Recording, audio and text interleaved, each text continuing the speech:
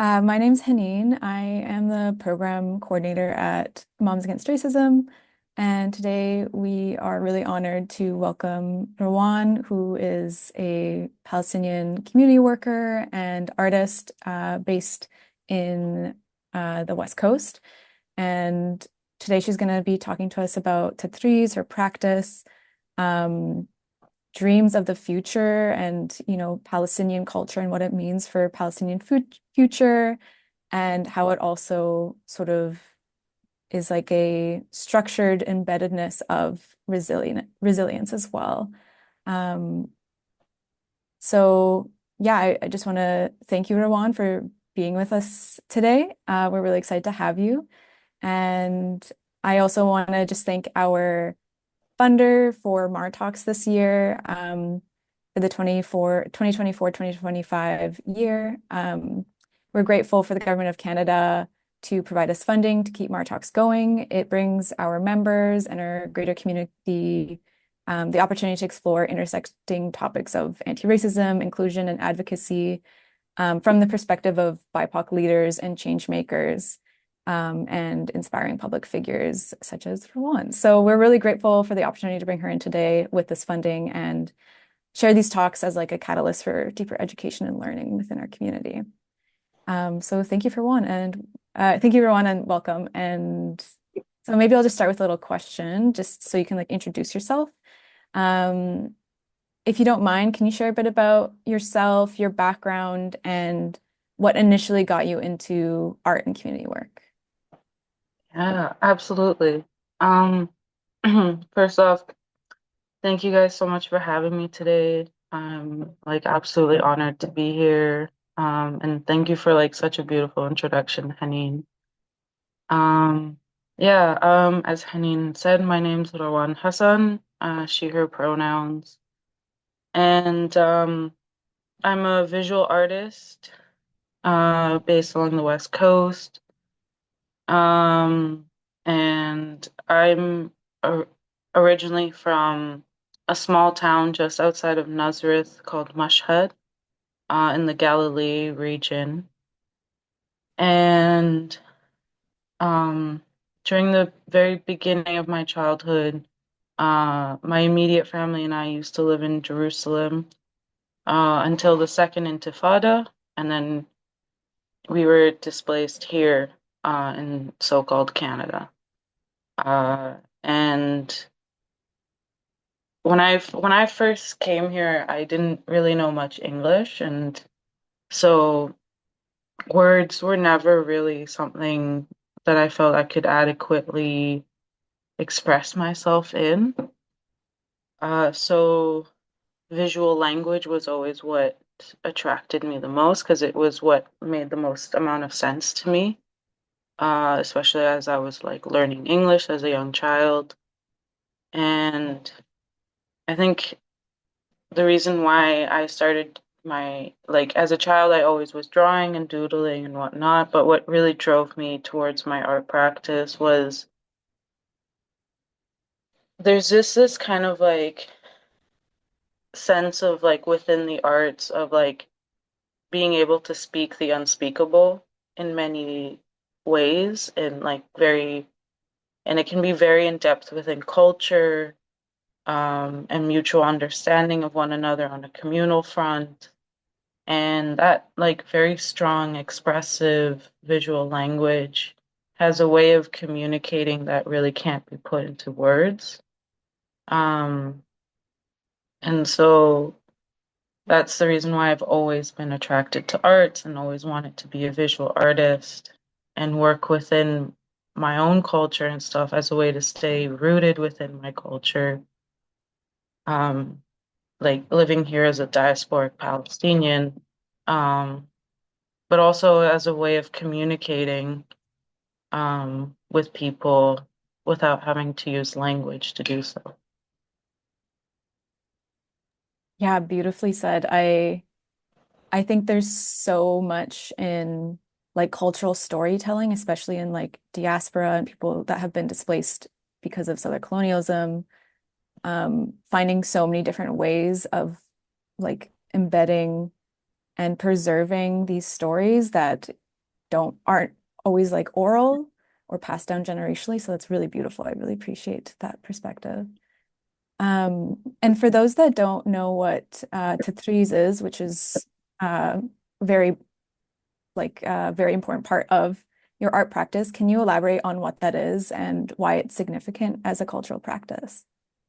Yeah, absolutely. So tatreez is traditional Palestinian embroidery work, which is mostly cross stitching. Um, and there's been a very well documented and preserved history around tatreez, and Palestinian culture integrated within tatreez. You can find a lot of tatreez symbols that even go back to like the late 1800s, and beyond as well.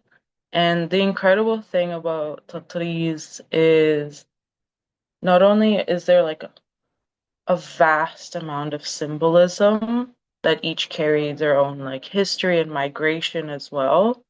There's also this incredible way of being able to tell when a Tatriz piece was made and what time it was made in too, because you can see this like really beautiful evolution throughout Tatriz and the traditions and whatnot, and where the regions that they were made in. And so, like for instance, in the making of a thobe, which is a traditional Palestinian dress, which would always classically have tatreez on it, you can tell what region it's from, like whether it's from the southern part of Palestine or the northern part, or it's from a particular refugee camp. Um, there's almost this like sewn into the fabric are these like intricate stories and timelines and symbolism that tells the story of our existence in a way that can be really loud and really quiet at the same time, which is like truly incredible. So if you guys ever get the chance to like see tatreez from Palestine, I highly recommend it. Anyways, I'll stop. I can talk about this for hours. Anyways, I'll let you get to the next question. But yeah. No, thank you. That's wonderful. I also, I mean, I didn't say this initially, but I'm also Palestinian Lebanese to folks in the audience. And um, I remember seeing recently, I'm reading about how there's this really common like star that's used during the holidays. It's like on every sweater, it's on Christmas socks, and it's the Bethlehem Star, which is like a traditional Palestinian motif as well, right? And so it's actually Yeah. like kind of all around us, even when we don't think about it. Mm-hmm. Yeah. Mm-hmm. So that's Yeah, beautiful. exactly. Yeah. Um, so my next question for you is because you do art and community work, and so feel free to talk about either or both or just one. But I was wondering what ways do you see your art practice and your community work practice as like a tool of resistance, especially in our current political context? Mm-hmm.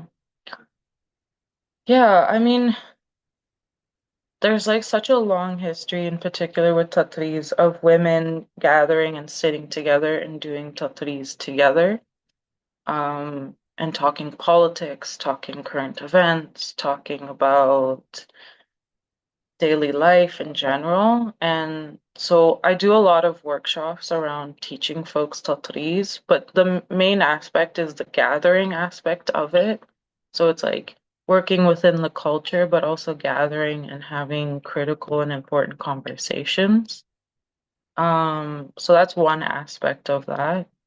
Another aspect is like most gallery spaces have either never had Palestinian artists in their work in their spaces or represented. And it's honestly, especially along the West Coast, it's quite rare to see and bear witness to. And often well, there's like a long outstanding history of like our culture being dismissed or disregarded or even stolen.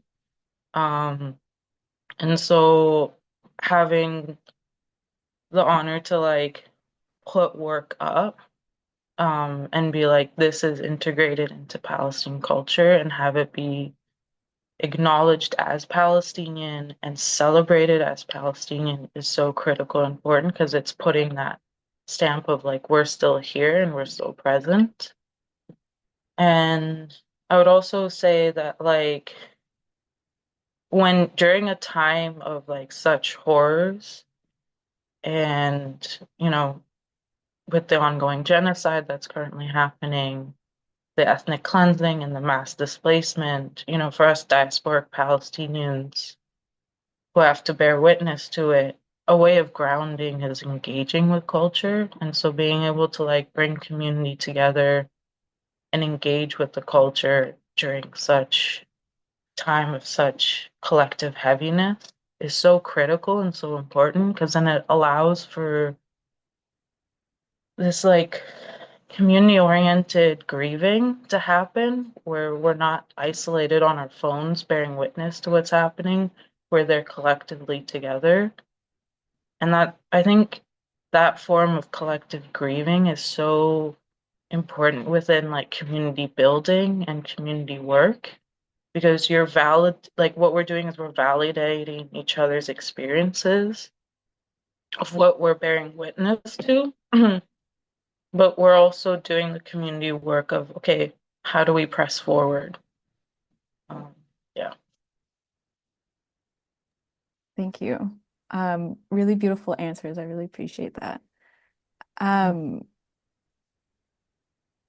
so this next question is kind of exploring what your experience has been as a Palestinian. I think I've heard you talk about this before too. How has your experience as a Palestinian shape your artistic vision, and themes that you explore in your work? I know that you've talked about in the past, like, am I a Palestinian artist or an artist that's Palestinian? And so if you wanted to elaborate on that, I would love to hear. Yeah, absolutely. I think, there's it when it comes to identity and having an art practice, it's a really tricky and difficult balance because on the one hand, you are integrated and part of a community, and on the other hand, you are also a person, an individual. Um, but also you don't want to lay into the hands of tokenism, and the harm that tokenism ultimately does to your own community. And so and then also there's the aspect of being diasporic and like removed from your homeland and whatnot. And so there kind of becomes this cultivating question of like, as you were saying, am I a Palestinian artist or an artist who happens to be a Palestinian? And what does this kind of dynamic end up being and evolving into? And I think I've kind of reached a point where I'm okay with the question remaining a question and it not having an answer. I think ultimately there is no answer. And I think there's a lot of beauty within that because it kind of leaves this like unlimited possibilities of what that means or could possibly mean. And I think it also allows room and space for experimentation to happen. So often we see within cultures that have been colonized is one of two things happens to their traditions. Either they get completely erased or they become stuck in the past and they haven't been allowed the room and space to evolve and grow. And I'm someone who's really bad at following rules and instructions. Like I'll follow it for a little bit and I'm like, nah, I want to do my own thing. But then so I think that question of like, am I a Palestinian artist or an artist who happens to be Palestinian also allows room for playing with the idea of working with traditions, honoring said traditions, but also allowing room and space to evolve and grow those traditions in the ways that they could have if they weren't colonized, and kind of like playing with that kind of balance between the two. Yeah, that brought up so many thoughts for me as you were speaking. I think the point of tokenism is really interesting because I think if we're just being honest and like honoring what has like occurred over the last year back home is that suddenly people want to engage with Palestinian culture. And I think prior to this genocide, people didn't know how to, like, I would introduce myself as Palestinian, people would just go quiet. And so it's very interesting Mhm. to see that shift of like people wanting to honor and learn about Palestinian culture, tradition, resilience, which is beautiful, but at the same time, it feels a bit conflicting too, because it's like we have to ask the question of like why is that happening now, and why couldn't that be engaged with prior? Um, but yeah, it's a tricky I think balance of figuring out and sort of like testing the grounds of am I being invited to this thing because there's like uh how would you say like the intentions are actually really well rounded, or is it more that people are trying to absolve themselves of guilt now because of like yeah. Anyways, so that's I feel like that could be a whole separate Martox, but that was just a really big piece that came up for me as you were speaking. Um, I was kind of curious, and if you're comfortable with sharing, how do you feel like your art practice has changed in the last year, and how would you describe it as changing as well? Mhm. Yeah, I think absolutely it's definitely changed in the last year. I don't know how to fully describe it, but like it's tough because at a certain point I kind of reached a point where I was like, what's the point of my art practice? There's a genocide currently happening. This what I'm doing is not changing the material conditions of our siblings back home and in Gaza and the West Bank and in all the refugee camps and in the 48. Um, and so contemplating that kind of question really struck me quite hard to the core. And there was actually a period of time where I didn't make art during the very beginning of the genocide. And then I realized I did need to get back to it, um, not only for my own sake, but also just kind of seeing around the locale and seeing fellow diasporic Palestinians also struggling and realizing that like engaging with the culture does provide a particular grounding of like, okay, we're engaging with the culture, we're making, we're producing, and having that understanding of like community oriented making has really shifted my way of thinking and how I engage with my art. I think in the art world, we're taught to be quite individualistic. Like, this is my expression. This is me on a canvas. This is me, whatnot, and so forth. And I think that expression is good and healthy and beautiful in a lot of ways. But I think what is kind of lacking in understanding is that once your work goes up, it's no longer yours. People are coming and observing it and seeing it, and they're bringing in their own perspectives and their own understanding. And so it goes from being expression to out there and being for everyone.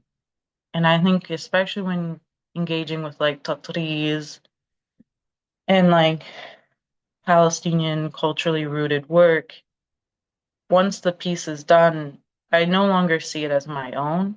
I see it now as like this is a part of like the community around. And I'm not trying to be like, guys, my work really is like that's not what I'm trying to say. I'm not trying to be like self-congratulatory right now, but like one of the incredible things that I've got to like bear witness to in the last year during like this genocide is that seeing how people react to someone else making something and feeling inspired to make and then seeing them make. And I had a lot of diasporic Palestinians. Like I spent maybe like just an hour with them teaching them the basics of tatreez. And then they went and kept going. And then they would send me pictures of the things they're working on.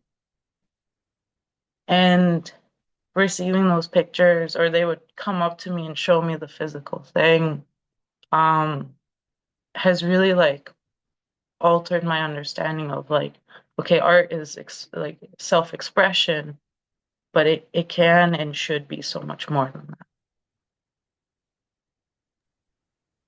Yeah, absolutely. That something I think about a lot too with preserving culture is that it's generational. It has to be taught generationally. And it doesn't have to just be taught through your family too. Like I don't need to like only learn these things through, my parents, my grandparents. We also learn it from each other. Um, because I think kinship goes way deeper than just your like bloodline.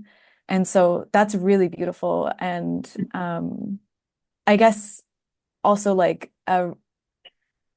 even though it's happening in real time, that's like futurisms. Like you are like building futurisms with these community members and these diasporic Palestinians where they're learning these skills from the past, but now are able to like learn it from you and maybe even pass it on generationally. So that's kind of comes into my next question where I was wondering if you talk a lot about Palestinian futurisms in your art. And I was sort of wondering if you can elaborate on your vision of what Palestinian futurisms are or how it's reflected in your art. Yeah, absolutely. Um, I think so as you were saying, like learning from the past is so critical and important. And I think oftentimes we're so hyper focused on the past and the present, we oftentimes forget about envisioning a future for ourselves. And a critical question I one time, I can't remember the name of the article, but it was written in an article where it was like so much of who we are as Palestinian is defined by the occupation. So when we are free, who are we? And sort of starting to think about that notion of like, okay, this future that we will get to where Palestine is free, we can return home, we are liberated. That definition of who we are needs to also be there when we arrive to that liberation.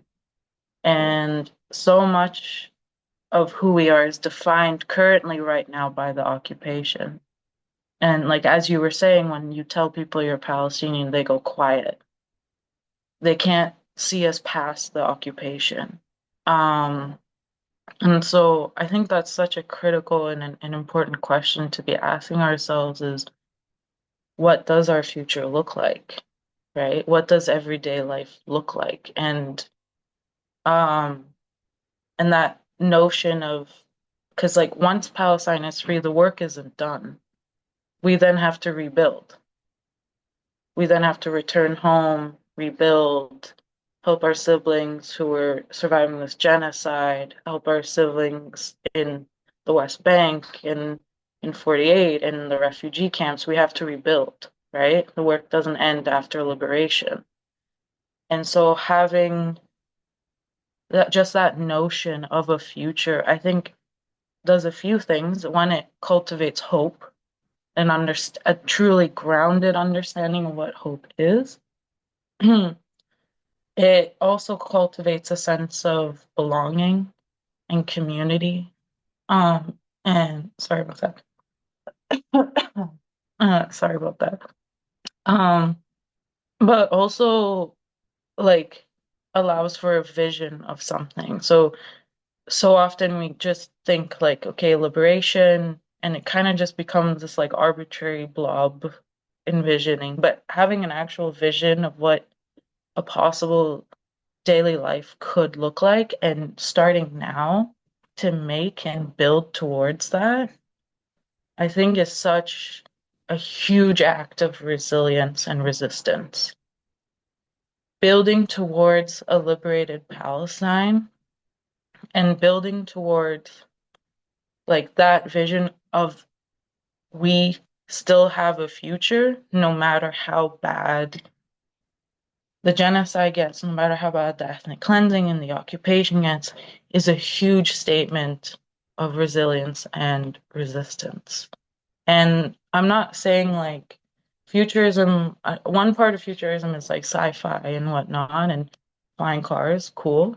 But for me personally, futurism is mundane everyday life, just life, living everyday life. And about 3 weeks back, I typically don't have very pleasant dreams, but for the first time in a long time, I had a dream, and it was a very boring dream, but in like the most beautiful way, where I was back in Palestine.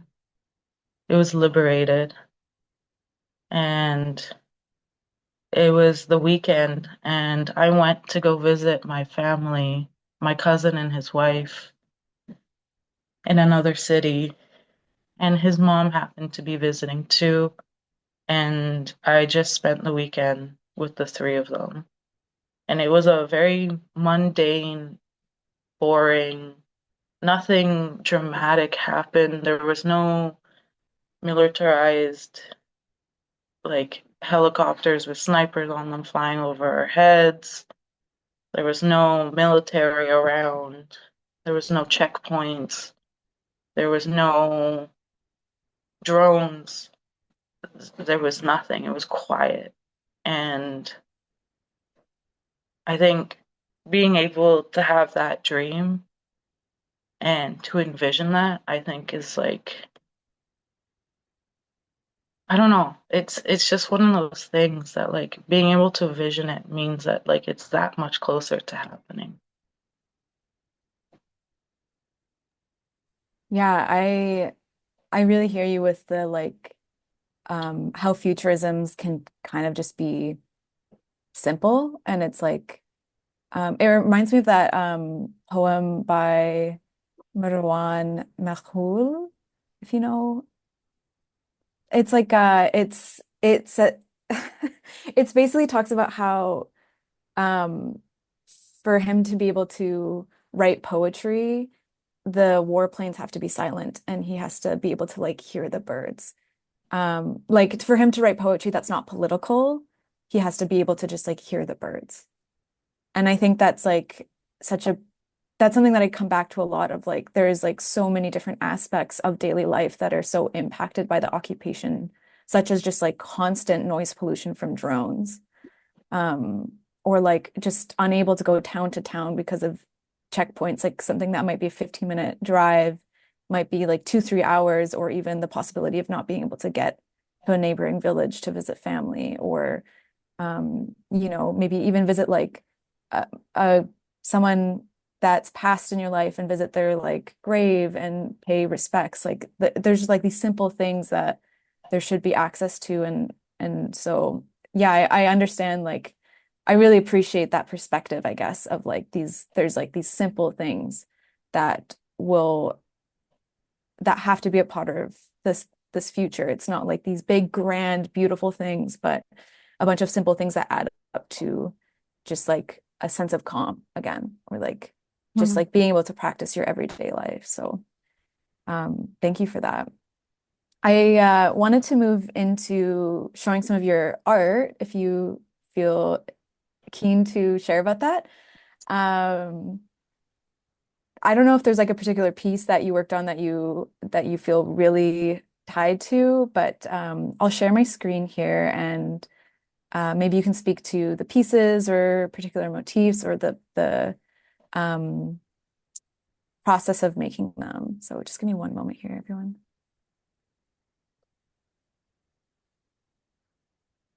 I can figure out. Okay, there we go.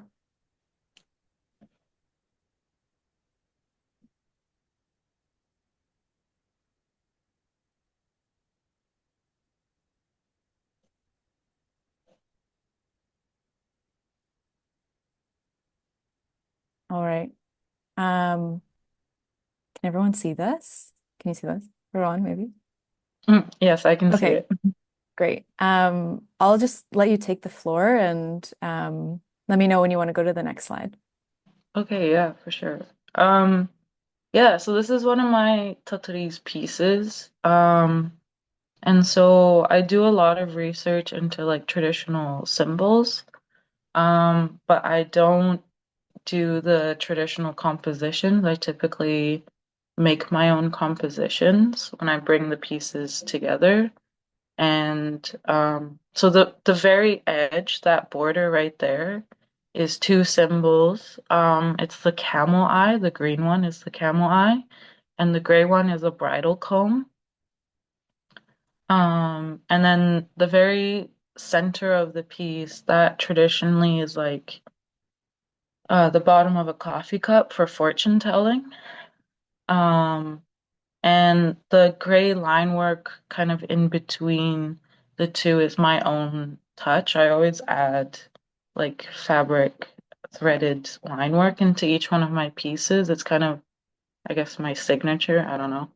Um, and yeah, I started working on this piece as as a way to say I'm not getting married. Um,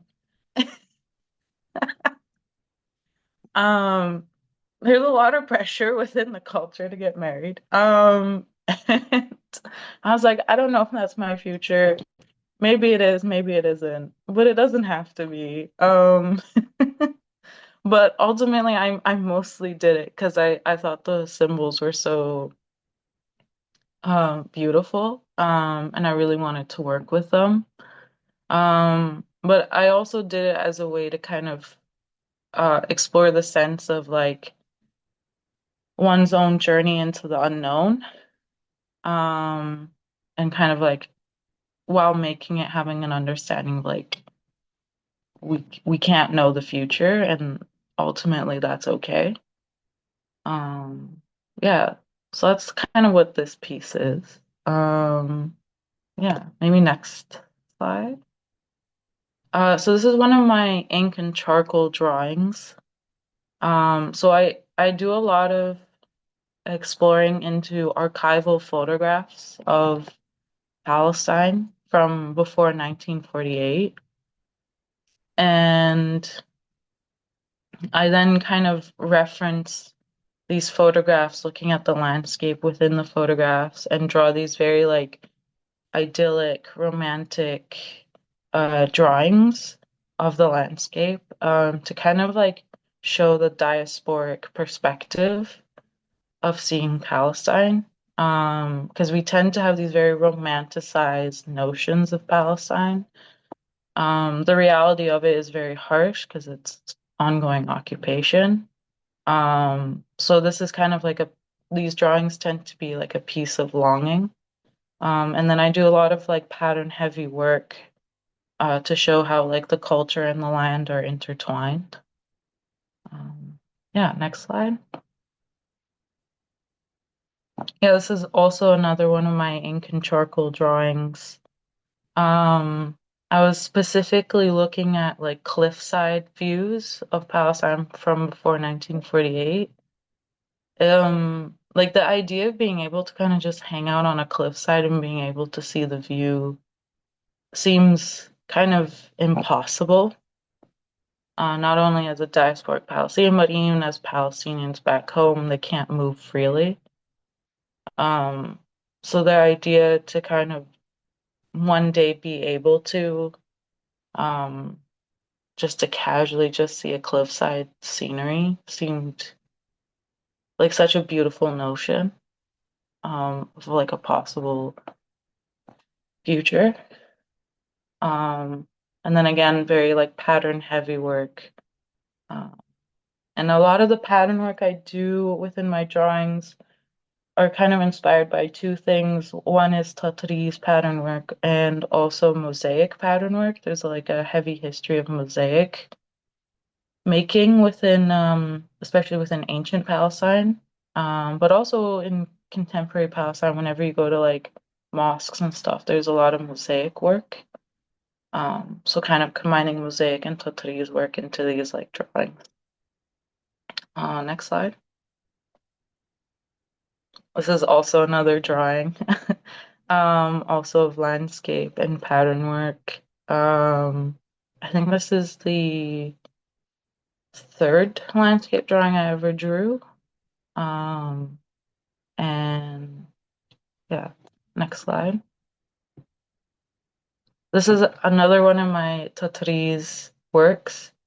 And with this one, what I did was while I was working on it, I added watercolor into it. So I would do a bunch of embroidery and then add watercolor to it, do more embroidery and add watercolor to it. And I intentionally got very like natural handmade watercolor from another local artist. And I didn't want anything like mass produced watercolor. I wanted very like of the earth watercolor to kind of show the relationship between the culture and land and minerals and whatnot. And yeah, this piece on the very edge of it, within the blue area, those are traditional stars. It's actually one type of star that you were speaking to earlier, Haneen. Um, and then the very center of it is stairs, and the very middle of that yellow part is the moon. And so these are traditional symbols brought together in a very untraditional way. And while I was making this, I was kind of like envisioning like the idea of like passing through time and the notion of like a possible viewing of the night sky in the future back home. Um, Next slide. This is my very, very first landscape drawing that I did. And as you can see from the border, it's like quite much, I would say this one is more heavily influenced by like to like tatreez-esque symbols and a little bit mosaic. But yeah, this is like the very start of the landscape charcoal and ink drawings. And of course, my classic line work on the edge.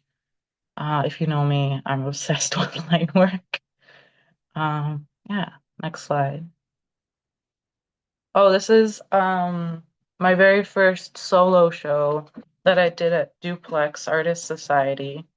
Um, I call this my like unprofessional first solo show because I like approached Duplex and was like, I know I'm not a member at this studio, but can I please have a show in your gallery?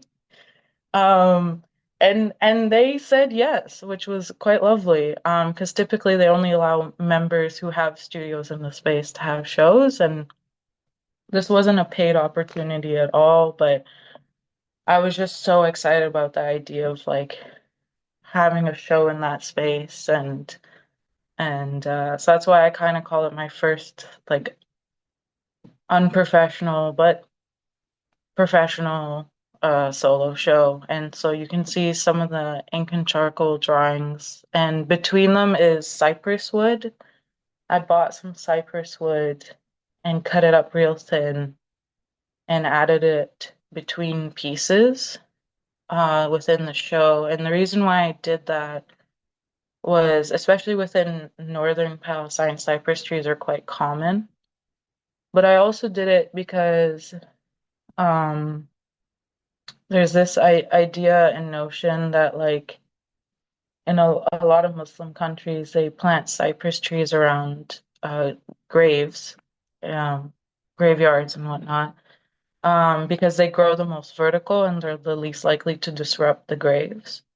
And so I added cypress wood into the show as a way to honor past and current um, of people who have been killed.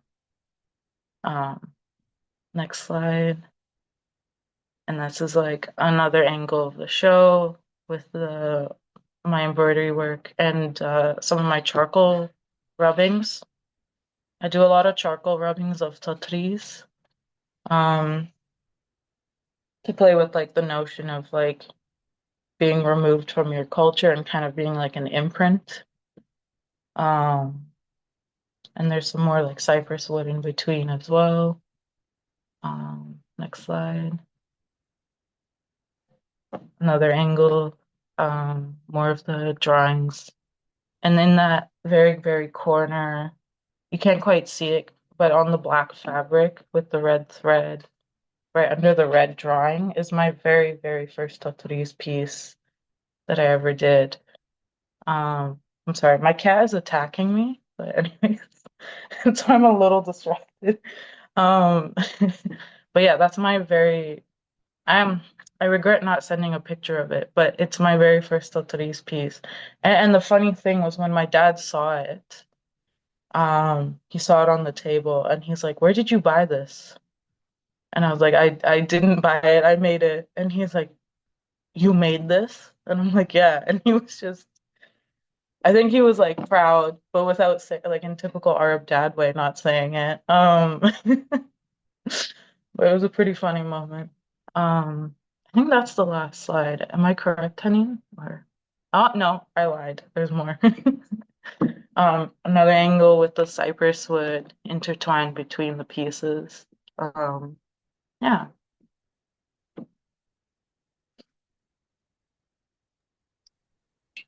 Thank you so much. I've seen your pieces before at like when you've been selling prints and stuff. And I think my favorite is the like line work drawing, the first line work drawing that you said that you did, the blue and the black with the moon and the landscape. I just think it's like the most beautiful thing I've ever seen in my life. But anyways, I I appreciate that so much. I was kind of curious because you've obviously studied a lot of Palestinian motifs. Do you have a favorite like motif or symbol that you feel drawn to?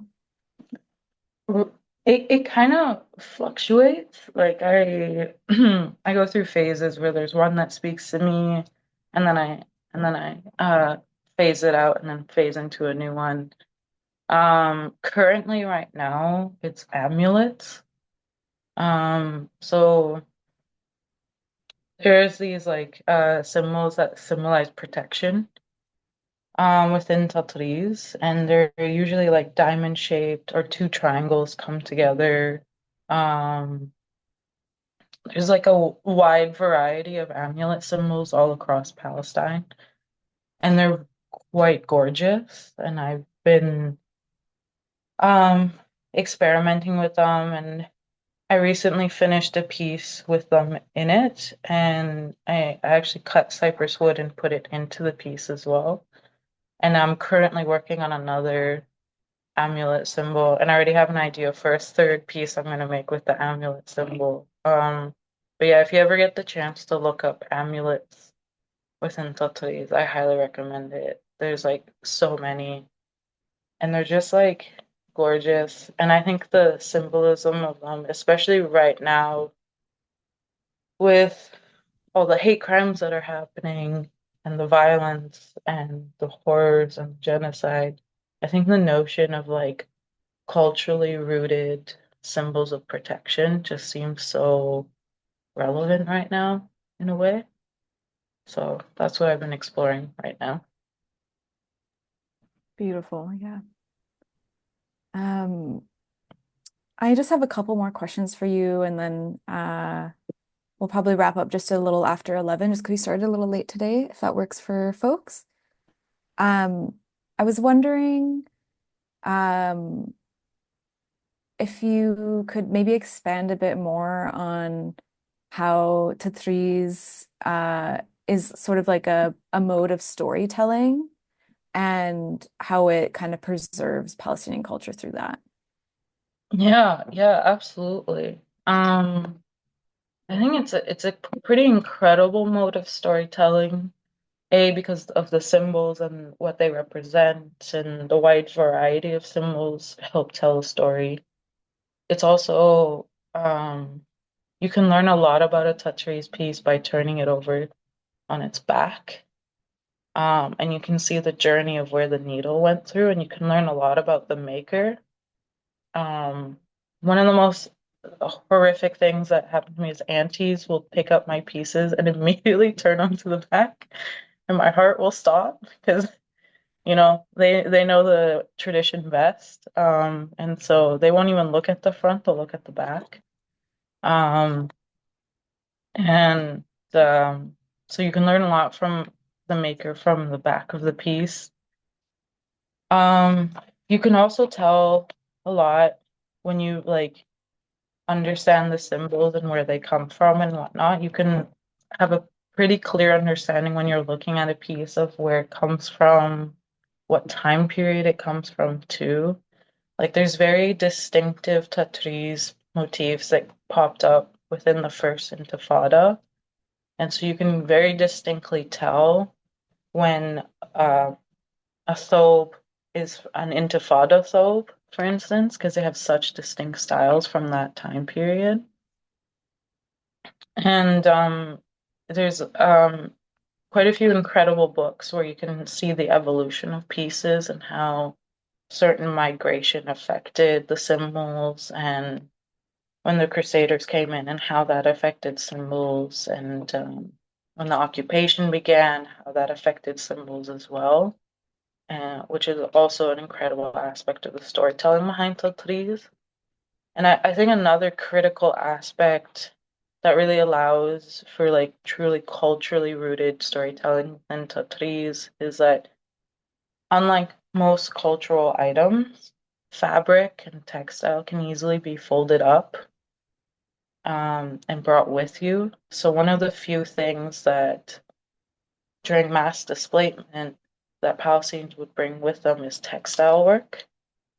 Most other objects they couldn't bring with them because they were either too heavy or too awkward to bring. Um, but textile was one of the few things that we could bring with us to have a piece of home along with us. And I think one of the incredible things about textiles is that you can easily fold it up, make it as small as possible, bring it with you.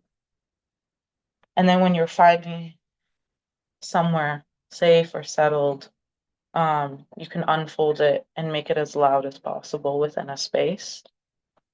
And that in itself, the act of bringing it along with you, is a form of storytelling within it. I grew up in a household where there was a lot of tatreez on the walls, and it was all pieces from back home in Palestine. Um, and I think being able to see them growing up um, helps really embed the notion of home and an understanding of home uh, in a very culturally rooted um, visual format that I think can't be replicated. Yeah. Thank you. Yeah, that also reminds me um I think a lot about how Palestinians are rooted to land as well, and um during mass displacement too, like you're saying, like how tattoos could be like folded up and then unfolded and take up a lot of space and be as loud as it wanted to. I also think about how like when a lot of like farmers were displaced, they you could only take like what you could carry. Like that's just the fact of what happened because people thought they were going to be able to return. And so I know that a lot of farmers took seeds with them, and there's like these generational heirloom seeds that once you plant them, they get as big as they need to. And it's like also a form of like preserving that heritage and passing down that generational knowledge. And so I don't know, I just saw like a parallel in those stories. So um my last one of my last questions for you, and then I'll ask if there's anything else you feel like you would like to share today. Um, I was wondering if you could share with us what message you hope to convey through your art in regards to the Palestinian struggle and Palestinian futures. What do I hope to convey through my art? Um, I think it's a mix of things.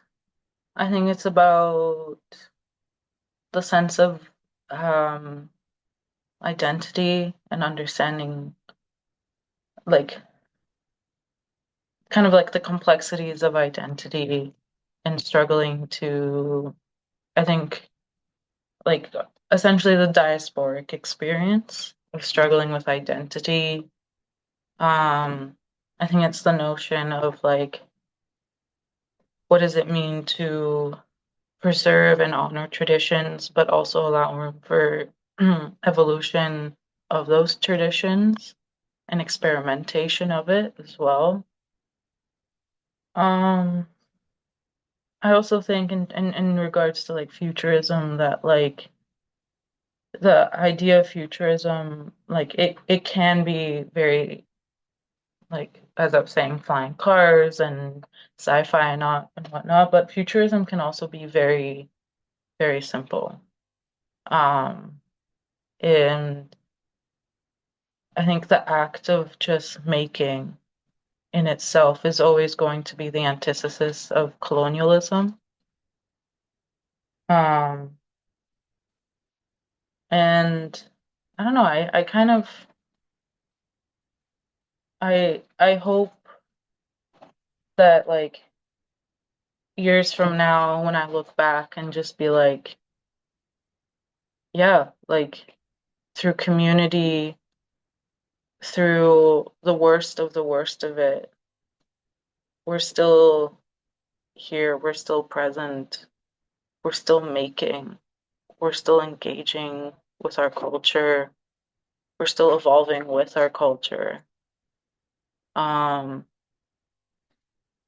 yeah, I kind of just really, I just have this like idea of like being in the future 50 years from now and just being able to look back and just be like, we did that during the worst of it. We did that. Um, and we got through it, we made it, and we're still making, um, and we're still here and we're still present. Yeah. Yeah, beautifully said, Rawan. Thank you so much. Um, is there anything else you feel like you'd like to share today? Any final thoughts, or even if you have like a recommendation of if people want to learn more about tatreez, like where they could seek that info? Yeah. Um, I think if you want to learn about tatreez, there's a lot of really great online sources. There's a lot of really fantastic books.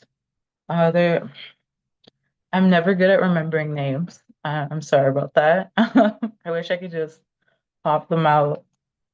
Um, but also I think just like um connecting with tatreez artists as well, like Palestinian tatreez artists and like seeing their process, whether online or through their workshops and whatnot, I think is such a critical way. Um, so you're not just having like an understanding of the historic, but also seeing it through the contemporary lens is, I think, pretty critical and important in terms of like longevity and understanding that it's still alive and still here. Um, yeah, I don't think I provided much help in your question. I'm sorry about that. No, that's all good. I'm sure we could I know of some as well, so I'm sure I could like put some together an email for folks to engage with after this. But um we're just getting to a few minutes after 11 PST for the folks on the West Coast. So I just want to thank you so much for coming in today. This was such a wonderful talk. I learned so much. I'm hoping everyone here learned a lot as well and have some takeaways to reflect on. And um, yeah, you're just like such a wonderful speaker and amazing guest. So thank you so much for coming in today and sharing your art. And I love seeing your cat come in and out of the frame. So but we'll wrap it up from here and we'll send out a recording of today's Mar Talks as well. So folks that missed it or want to come back to this and share it to their friends and family, you're welcome to.